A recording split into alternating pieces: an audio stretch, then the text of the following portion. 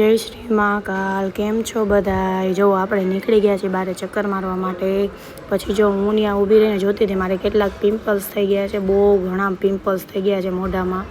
પછી ત્યાંથી જો નાસ્તો કરવા ગયા હતા તો જો કેવા અમારા પતિદેવ અમારી સેવા કરે છે.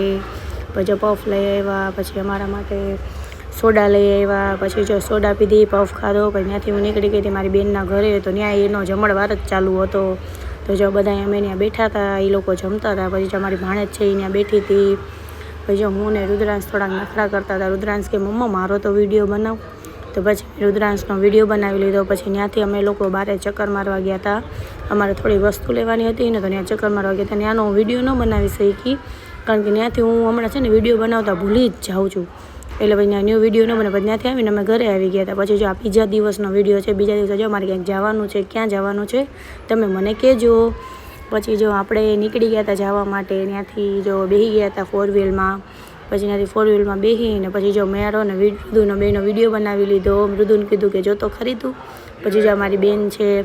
પછી જો અમે આવી ગયા હતા ક્યાં? જાડુભાઈના ઘરે. જો અમે જાડુભાઈના ઘરે આવી ગયા હતા. પછી જાડુભાઈના ઘરેથી અમે ગયા હતા બારે સોડા પીવા માટે, નહીં સોરી, શરબત પીવા.